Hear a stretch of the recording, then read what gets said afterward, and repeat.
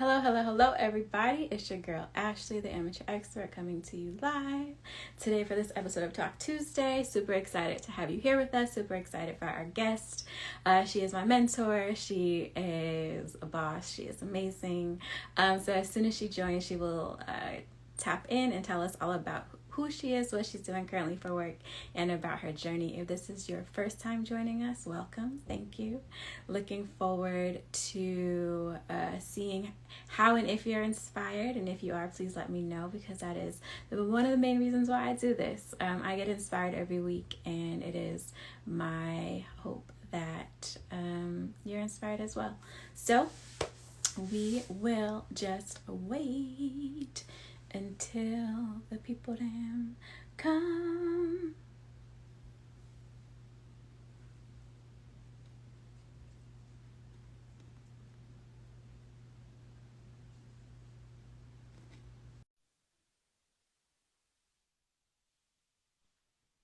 We did it.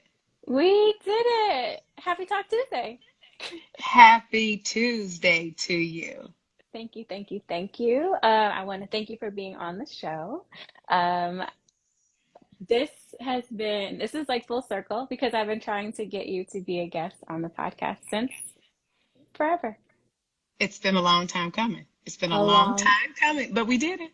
We did it and we are here. Okay, so I do want to jump in and I want to, one, say thank you, for being on the show, and for, I'll say, all the experiences that we've had together, and we'll tap into that as we go through the interview. But I do want to generally say thank you. Thank you. Thank you, Ashley. Okay, so Kristi, if you could please tell us who you are and what you are doing currently for work. Everything. And so I am Kristi Henderson. It's a whole bunch of different things going on. So 9 to 5, I'm the global head of diversity for an advertising agency called Anomaly. I am board chair for the state of California Planned Parenthood affiliates. I'm a freedom fighter in my free time. And so those are all the titles that I currently hold. Free time, which is what is free What time? is that? What is that? Right. Okay, so Christy, when you were a little girl, what did you want to be when you grew up, and what was like the motivating factor behind that? When I was a little girl, I wanted to be probably like a pediatrician or something like that. I'm pretty sure. What did I want to be? I wanted to be a pediatrician for maybe a week. And then I just didn't know what I wanted to do. So for a solid week, I wanted to be a pediatrician. And that was because I had no clue what I really wanted to be. I didn't have the experience or the expertise to know the world or myself. And Mhm. so that became the easy, hey, I think that I hear my parents saying that this is a great thing, or I hear Mhm. people around me talking about being a doctor. So of course that's what I want to do. Definitely not what I wanted to do. No, not even close, huh? No, not even close. Okay, so if you could think about how you would have defined success when you were younger, how would you have defined it? What would it have looked like to you? When I was younger, it probably would have looked like someone else's definition of success. It would have been a mashup of everybody's ideas of who they thought I was supposed to be or how they thought I was supposed to be. I'm sure there were titles included in that, a certain amount of money that you made, a whole bunch of impossibilities thrown in the mix.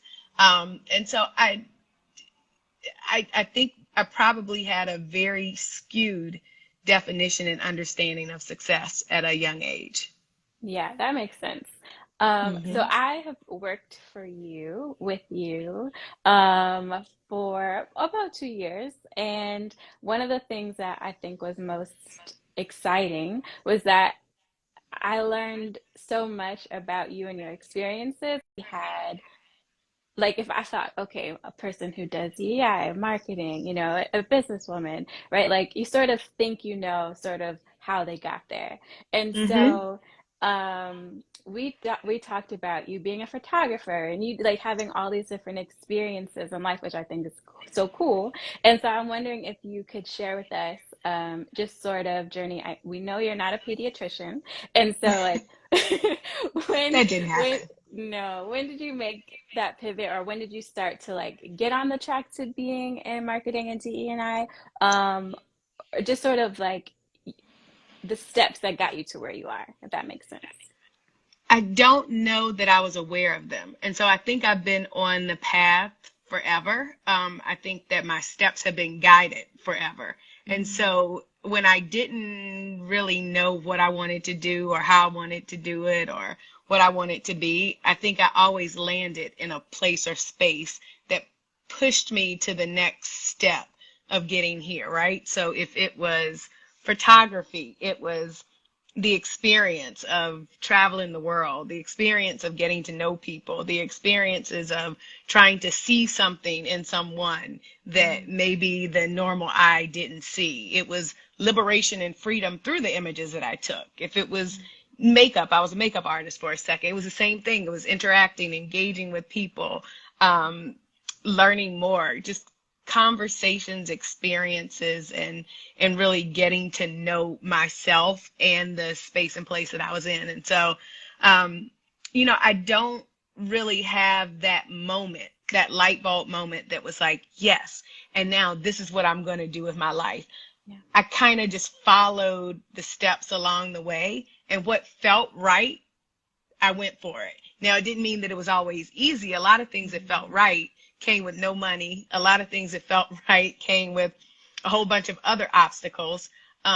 But I continued to push to find that happiness and joy in what I was doing. And so it's always been very hard for me to do things that I don't want to do or I mhm. don't like to do. Okay, so we are coming off of homecoming weekend, Hmm. and you are a graduate of the illustrious, and so Howard University. you see, yes, I had to just lay out the red carpet for you there. Um, and so while you were there, what did you study, and how did you pick that? Let's see. While I was at, I changed my major a couple times. So while I was at Howard, I can't even remember what I was when I entered Howard.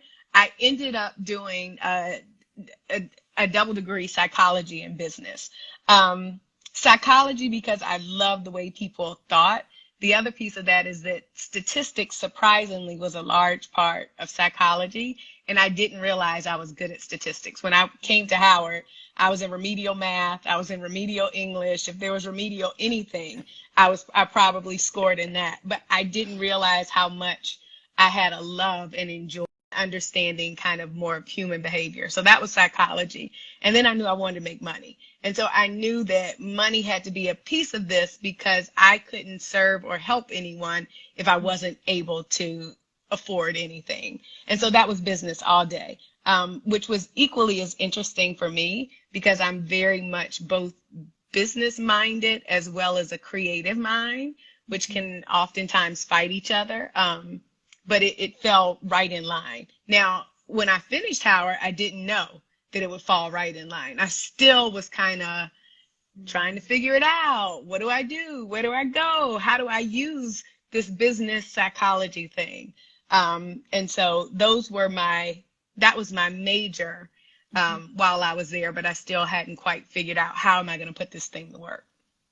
I love that you share that, that you have a business mindset as well as a creative mindset, and I've seen it in action, and it's an amazingly scary thing because you process things very quickly and a creative problem solver, but also like let's get to the business, let's get to the money, let's make it happen. Yeah, Um, yeah, I has to love happen. that. I love that about you. And I wish I had more of the business sense because the creative is like wild, but the It tapping in, goes. yeah, tapping into the And here's the business thing, side of know it. your strengths. If your creative piece is like off the charts, find the person who's great at business. Actually, find the person who is not good at the creative piece at all because you know they're extremely great or extremely dope at the business end. And Yeah. so lean into whatever it is that kind of motivates you. Yeah, thank you. Always dropping the gems, Kristi Henderson, people. Yes, yes, yes. Okay, so you've shared with us bits and pieces of your journey, and so I wonder if you can tell me how you would define success today. I wouldn't. I wouldn't. Mm. I wouldn't waste my time trying to define it. I would just be happy. And so I think that sometimes we get caught up in these exercises of the future. How do I get to this point? Or how do I define X, Y, and Z? And I think part of the beauty in the journey is living in the present. Doesn't matter how I define success. Am I happy today? Will I be happy tomorrow? Can I serve today? Can I serve tomorrow? And that's really, do I have my family? Am I surrounded by love? Do I have great friends? Some may say that that's the definition of success. I just think that it's a great life. Like, it's a great life that's full of joy and happiness. I wouldn't waste my time creating definitions and boxes. Love that. Okay. So tell me this, when you were along your path and along, you try finding your way, um, what is something, or what are the things that you use to motivate yourself? Here's the thing. I'm still on the path. I'm still on my path. I'm still finding my way. I'm still doing all of those things. This destination, right? Like, it's all a process. What motivates me is my community. What motivates me is service. What motivates me is family and friends and love. Those are the justice motivates me. Equity Mhm. motivates me. And so all of those things are the pieces that wake me up in the morning and get me going to keep doing the work, or to keep figuring out a new way to do the work. Because interestingly enough, there is no blueprint, right? Like, there's no book that I can read and check the boxes and say, now I'm on my way. I've got success down. I Right. have it. It is figuring it out one step at a time, one day at a time. And so the motivation is service to my people, service to the community, service to myself and my family and my nephews and all of that. Thank you for sharing that. I think it is so easy for us to put ourselves in boxes, and that's one of the things that I do love and appreciate about you is your out of the box way of thinking and your perspective on life. So I am happy that we're having this conversation. It's a good reminder. It is. It's a good shakeup. Like, and we all do it, right? Like, we all want to define. We all want to know. Listen, I have a hard time following blindly, which is interesting because everything that I just said was about following blindly, right? And so I still battle but what's tomorrow going to be? Or what does 5 years from now look like? But I also have more moments of, Mhm. it doesn't really matter. It doesn't really matter. If I prepare myself to the best of my ability, I'll be good. Yeah, that's good. Um, Can you share a time where you maybe were in over your head or felt like you were in over your head or wanted to give up, and what you how you got through that? So, no to in over my head. I'm always in over my head. You know this. Like, the part of what I do is being in over my head. And so I constantly feel if I'm not in over my head, I'm not doing something right, right? Like, Mhm. there's no chance for growth. There's no chance for I really get excited about that. I did that. I thought it was impossible, but I did it. Mhm. Or it seemed like we were going to give up halfway through. I'm not giving up halfway through. Like, I'm Right. going to see it to the end, and then I'll reevaluate it. And so I think I'm in over my head all the time. Wanting to give up every other day. Like, every other day, there's okay, why am I doing this? Do I really want to do it? It's the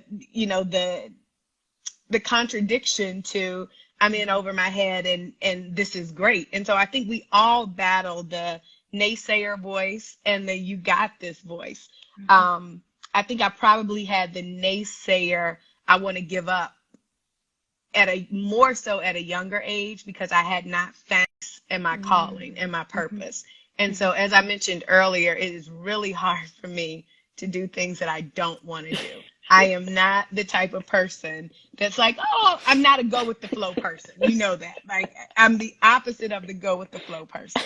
And Hmm. so being in spaces that weren't for me, being in spaces that didn't feed my soul, being in spaces that I was forcing myself to be in because I thought that this was the right thing to do, were really the moments of I want to give up. And the truth is, I needed to give up.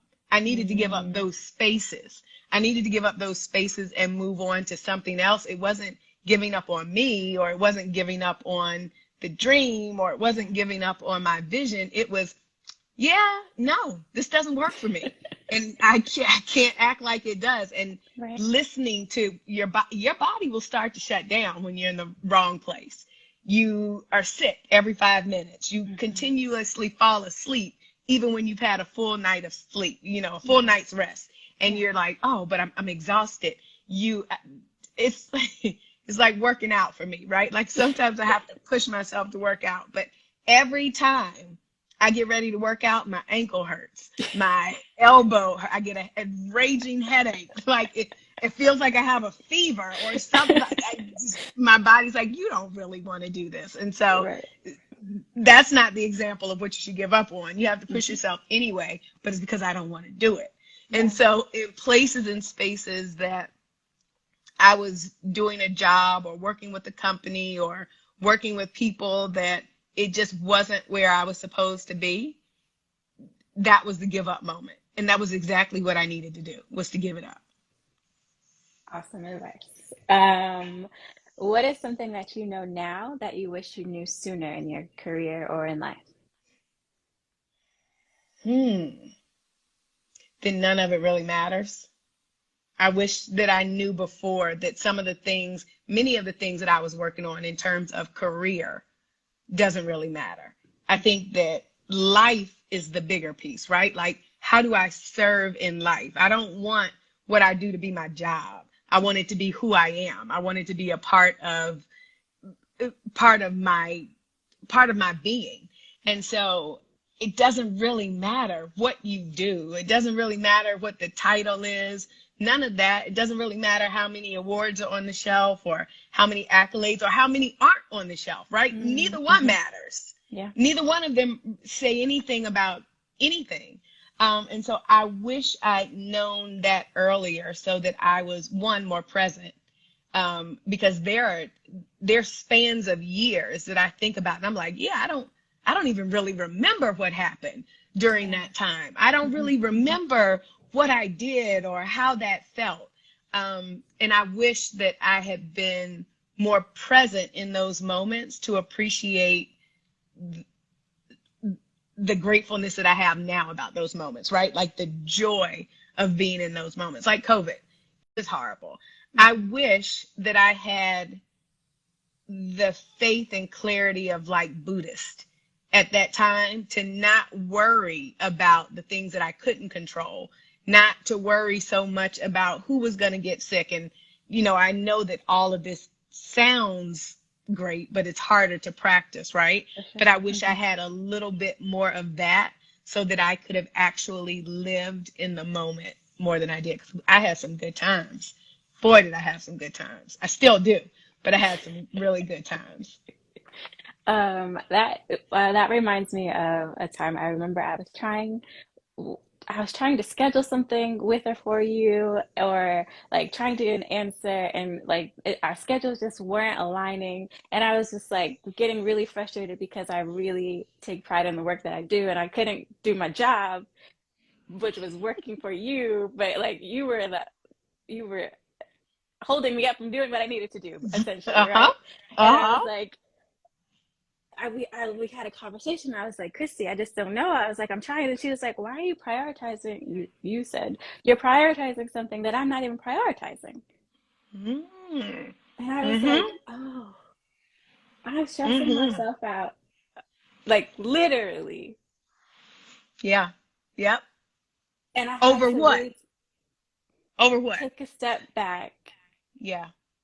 and say, wow, I needed to hear that. And I literally hear that in my head all of the time. So thank Mm-hmm. you for that. Well, no telling what that was, but it's probably all the time. Like, every day. Like, okay, what's important? Let's figure out what's important today to get through the day, because maybe next week I'll deal with next week next week. Maybe bits of next week I'll deal with this week if and when time presents itself. But here's the thing: no matter what you do, no matter when you schedule it, no matter what happens, everybody's gonna be okay. Everybody's gonna be fine.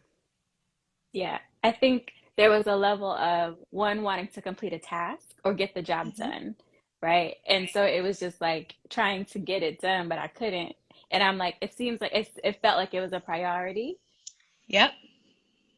for you, and so I wanted to get it done, but you weren't allowing me to do it. And I'm like, wow, how can we make this work? And you're like, why are you stressing yourself out about something that I'm not even prioritizing? And I'm like, I don't know why. Why am I I doing don't know why I'm doing that. that? I had a conversation about that today at work, and it was defining hard skills and soft skills for a job, right? And how important soft skills are in any job or any position. And so people who are creating, even in the HR world, the hard skills for a certain position should invest as much time in identifying what those soft skills are. And one of the things that's important to me as soft skill is, how do I get it done at any cost, right? Like, here's the task. Be clear about what the goal is. Is the goal to schedule the interview on the phone or on a call with this person? Because if I'm chasing the scheduling of the interview and that doesn't work, I need to pivot.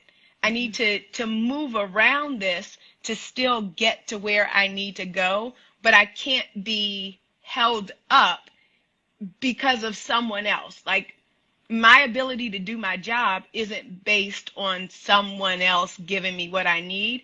It's me rethinking, Mhm. how do I change how I get what I need to move on to the next piece. And I think that that is learned, it's practiced, you observe it. It's not necessarily written in a book somewhere. Yeah. Um, I would love to say that Howard trained me for everything in life. And I'm sure I experienced or witnessed that in some, actually, I absolutely did witness that and experience that in all fashions and forms at Howard, because you had to figure it out. You just had to Mhm. figure it out by any means. And so, I think that sometimes those skills and those abilities carry you further Mhm. than the the theory, Yeah. further than the tangible experience. Yeah. No, that's really good. And I literally say that to myself often. Because it's I, so good. and you're gonna get what you need. I'm gonna get where I need to get. Now, how I get there, I don't know. I don't know when I set out on the journey how I get there, but I assure you that I'm gonna get there one way or another. Yeah, I agree. So, um, one thing I want to talk to you about that wasn't on the list earlier, or that I sent over to you, was I want to talk to you about mentorship, and I want to talk to you about Just joking. your favorite.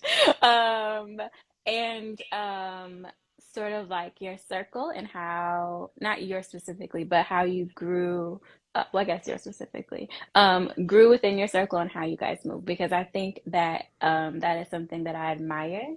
How you and your peers and friends work together and also are a champion in supporting one another.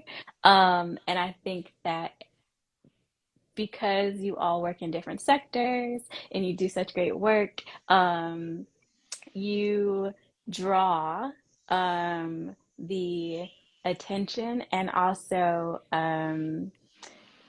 there are people who want to ask for your advice and they want to they essentially I think want to be your friend as well, and so or want to know how you got there, right? And maybe in a way of a shortcut potentially, I don't know. Yep. But Hmm. my question to you is, firstly, what are your thoughts on mentorship? Question. I think mentorship comes in many different shapes, fashions, and forms, right? I think that you have many mentors through the course of your life, and people mentor you in different. Um, but I also think that you have to be very careful with mentorship, because mentorship is a two-way street, right? Like, you have to give to get.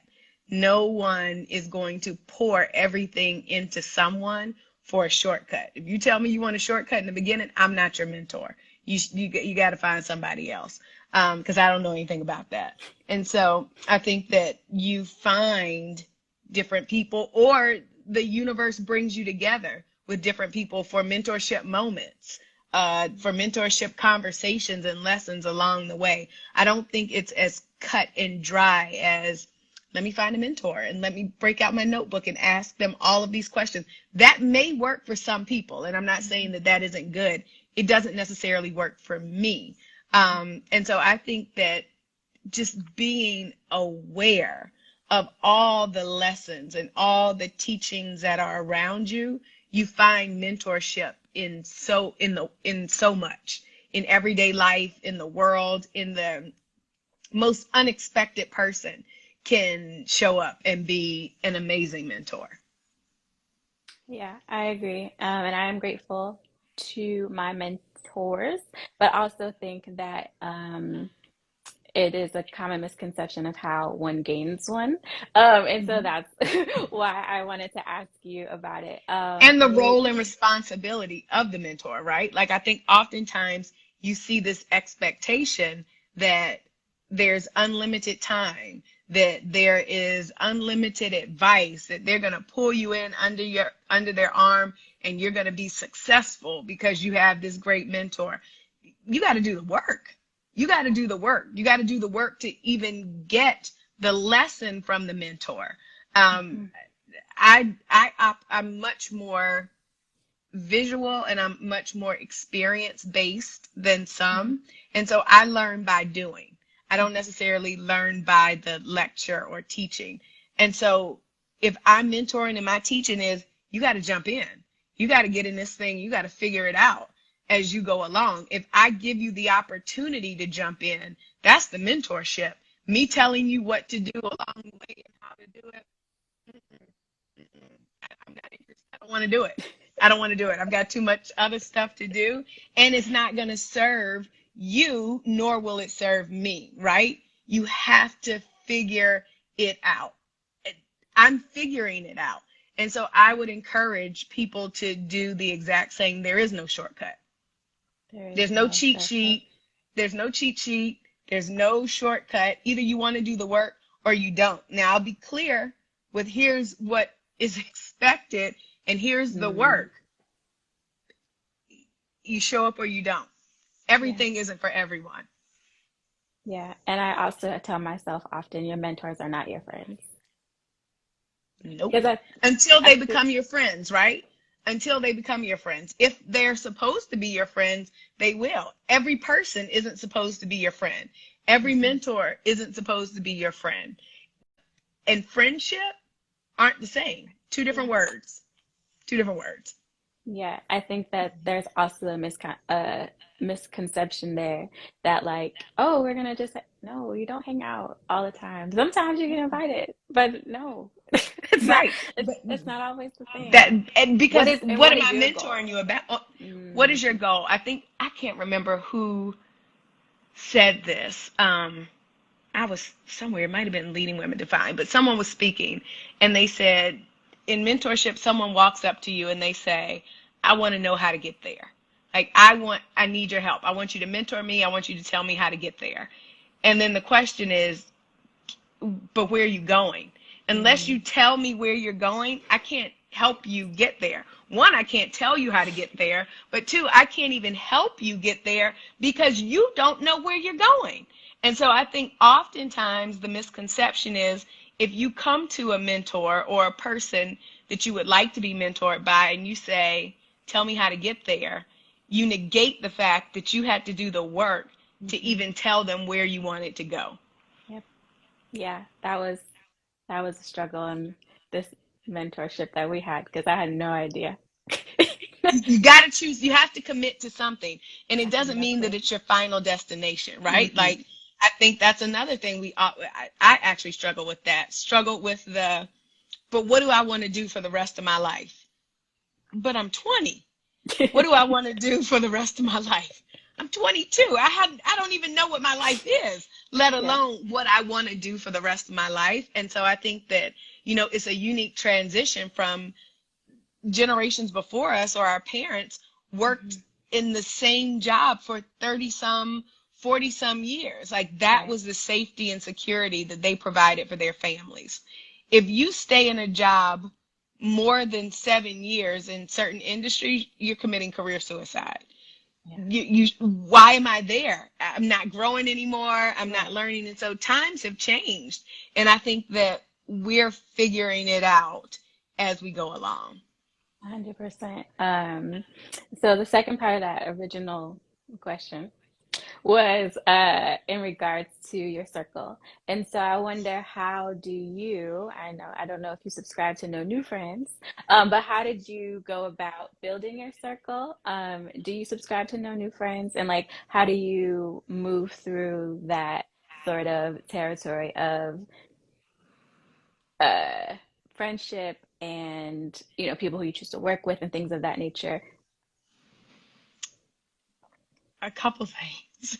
I'm a Capricorn, and so take that for what it's worth. If you understand the nature of Capricorns and their reservedness and standoffishness at times, I also don't subscribe to No New Friends because I don't know what God has in store for me, Mhm. right? Like Mhm. my best friend might be yet to come. A better friend may be yet to come. I don't know. Now, Mhm. I will say, do I feel like I have the ability and the energy of the same relationships that I have? No, because I have some really, really great friends. Like Mhm. my friends are my everything. They are my family. They're my sisters. They're my brothers. They're my confidants. They're all of those things. And so, um, you know, life looks different as you move along. You never know when someone is going to become a great friend, but you have to remember that in order to get a great friend, you have to be a great friend. And I can't be great to everyone because then I would drain myself too thin and I wouldn't be able to serve those friends that I want and expect to serve me in a certain way. Um, how you don't choose your friends. I think that they come to you. You're drawn to each other some way, somehow. Like I grew up in a small town in North Carolina that had some amazing people. North Carolina has some amazing people. Howard had some really, really amazing people. I moved to London and met great friends there. I made good friends in different work situations. There's no telling. Um, when and where you may meet someone that actually becomes a good friend, but the attraction is beyond me. Love that. Okay, so I want to be respectful of your time. We are going a little bit over. So, I am not just the host of the Amateur Expert podcast, I am the owner and founder of Affirmed Armor, which is an apparel brand that reminds you of a truth that you may have forgotten about yourself. And so, I'd love to ask you, what are your go-to affirmations? Go to, oh, Ashley, I make stuff up on the go. Every day I'm coming up with something else and then I might throw it away tomorrow. But I think two that Today. I gravitate towards often are sometimes you have to lose the battle to win the war. And I constantly remind myself of that. That's my grandmother. And I think that the other one I go to often is rules are only made for those who follow them. And Mhm. that's my mom. And so in any situation, I think I'm always reminded that the rule only applies to me if I allow it to apply to me, right? Like it only defines me if I want to be defined by it. And if I need to create another rule, then that's just what I have to do. I didn't say it was safe and I didn't say that it was easy, but rules are only made for those who follow them. And then I think being a very, uh, I like accomplishing things. Like I like to get things done and the feeling, the fulfillment of completing what I set my mind to. And I think that sometimes I have to remind myself, whether it's in business, whether it's in relationships, whether it's in whatever, that sometimes you have to lose the battle. Sorry, sometimes you have to lose a battle to win the war. And sometimes that means you have to shut up, right? Like sometimes that means you have to fall. Sometimes that means you know the right answer or you know what should happen, but you just have to let it play out the way it does. Sometimes you might have to take an L, but you may have to take the L in order to get a bigger win down the line. Don't be so short-sighted by what's right in front of you. Expand your vision, because most people aren't looking at the 360, right? Like most people aren't thinking about the correlation of this, and this. And so if I lose this one, I may have your attention differently for the next one. Or you may assume that I'm a loser because I lost that one, and then I can slip in and let you know that I'm the winner. And so I think those are the two that I go to most often. Those are perfect. So we are coming to the end of the podcast, and I just want to say again, thank you. I moved to Los Angeles during the pandemic, and our DM conversations landed me at your front door That's right. with Sure did. a job With a and with mask on masks and COVID on, test in hand. all of the things. And so I think it's a true statement to say that my trajectory in the entertainment industry has a huge impact, and I think you might have been the catalyst for that. And so, forever grateful and thankful for you and the experiences, and I think the level of trust that you had and have in me, Mm-hmm.